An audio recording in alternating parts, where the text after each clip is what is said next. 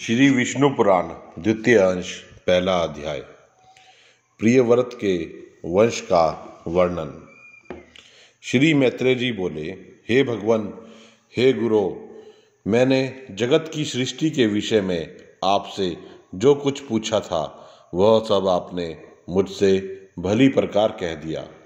हे मुनिश्रेष्ठ, जगत की सृष्टि संबंधी आपने जो यह प्रथम अंश कहा है उसकी एक बात मैं और सुनना चाहता हूँ। स्वयंभू मनु के जो प्रियव्रत और उत्तानपाद दो पुत्र थे, उनमें से उत्तानपाद के पुत्र ध्रुव के विषय में तो आपने कहा, किंतु हे द्विज, आपने प्रियव्रत की संतान के विषय में कुछ भी नहीं कहा। अतः मैं उसका वर्णन सुनना चाहता हूँ, सो आप प्रसन्नतापूर्वक कहिए। श्री पराशर जी बोले, प्रियव्रत ने कर्दम जी की पुत्री से विवाह किया था। उससे उनके सम्राट और कुक्षी नामक 2 कन्याएं तथा 10 पुत्र हुए। प्रियव्रत के पुत्र बड़े बुद्धिमान, बलवान, विनय संपन्न और अपने माता पिता के अत्यंत प्रिय कहे जाते हैं। उनके नाम सुनो। वे आग्निद्र, अग्निबाहु, वपुषमान, द्युतिमान, मेघा, मेघादिति, भव्य, स्वन और पुत्र थे तथा 10वां यथार्थनामा ज्योतिषमान था। वे प्रियव्रत के पुत्र अपने बल पराक्रम के कारण विख्यात थे।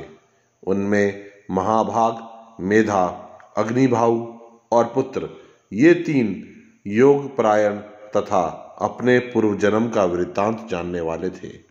उन्होंने राज्य आदि भोगों में अपना चित्त नहीं लगाया। हे मुने, वे निर्मचलित और कर्म फल की इच्छा से रहित थे तथा समस्त विषयों में सदा न्यायाकुल ही प्रवृत्त होते थे। हे मुनिश्रेष्ठ, राजा प्रियव्रत ने अपने शेष 7 महात्मा पुत्रों को 7 द्वीप बांट दिए। हे महाभाग, पिता प्रियव्रत ने आग्निद्र को जम्बूद्वीप और मेघातिथितों को प्लक्ष नामक दूसरा द्वीप दिया।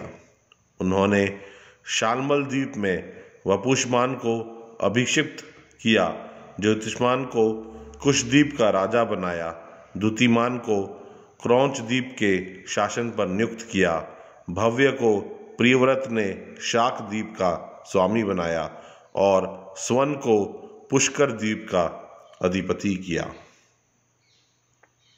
हे मुनिस्तम, उनमें जो जम्बू द्वीप के अधीश्वर राजा आग्निद्र थे, उनके प्रजापति के समान 9 पुत्र हुए। वे नाभि, किंपुरुष, हरिवृष, इलाव्रत, रम्य, हिरण्यवान, कुरु, भद्राश्व और सत्कर्मशील राजा केतुमाल थे। हे विप्र, अब उनके जम्बूद्वीप के विभाग सुनो। पिता आग्निध्र ने दक्षिण की ओर का हिमवर्ष, जिसे अब भारतवर्ष कहते हैं, नाभि को दिया।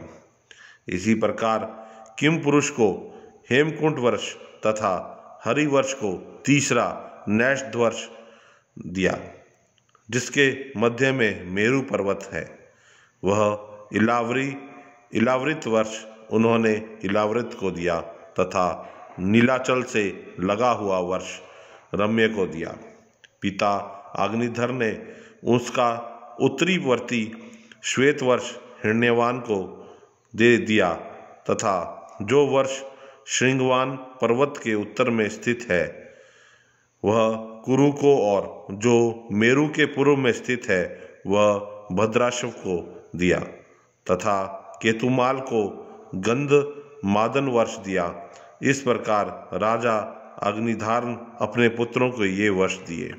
हे मैत्रेय, अपने पुत्रों को इन वर्षों में अभिषिक्त कर वे तपस्या के लिए शालग्राम नामक महापवित्र क्षेत्र को चले गए।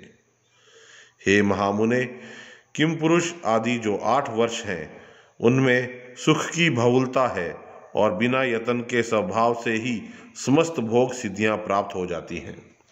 उनमें किसी प्रकार के विपर्य, असुख या अकाल मृत्यु आदि तथा जरा मृत्यु आदि का कोई भय नहीं होता, और ना धर्म अधर्म अथवा उत्तम अधम और मध्यम आदि का ही भेद है। उन 8 वर्षों में कभी कोई युग परिवर्तन भी नहीं होता। महात्मा नाभि का हिम नामक वर्ष था। उनके मेरु देवी से अतिशय कांतिमान ऋषभ नामक पुत्र हुआ। ऋषभ जी से भरत का जन्म हुआ, जो उनके 100 पुत्रों में सबसे बड़े थे। महाभाग पृथ्वीपति ऋषभ देव जी धर्मपूर्वक राज्य शासन तथा विविध यज्ञों के अनुष्ठान करने के अनंतर अपने वीर पुत्र भरत को राज्याधिकार सौंपकर तपस्या के लिए पुलहा श्रम को चले गए। महाराज ऋषभ ने वहाँ भी वानप्रस्थ आश्रम की विधि से रहते हुए निश्चयपूर्वक तपस्या की तथा नियमानुकूल यज्ञानुष्ठान किए। वे तपस्या के कारण सूख कर अत्यंत कृश हो गए और उनके शरीर की शिराएं रक्तवाहिनी नाड़ियां दिखाई देने लगी। अंत में अपने मुख में एक पत्थर की बटिया रखकर उन्होंने नग्नावस्था में महाप्रस्थान किया। पिता ऋषभ देव जी ने वन जाते समय अपना राज्य भरत जी को दिया था, अतः तब से यह हिमवर्ष इस लोक में भारतवर्ष नाम से प्रसिद्ध हुआ। भरत जी के सुमति नामक परम धार्मिक पुत्र हुआ। पिता भरत ने यज्ञानुष्ठान पूर्वक यथेच्छ राज्य सुख भोग कर उसे सुमति को सौंप दिया। हे मुने, महाराज भरत ने पुत्र को राज्य लक्ष्मी सौंपकर योगाभ्यास में तत्पर हो अंत में शालग्राम क्षेत्र में अपने प्राण छोड़ दिए।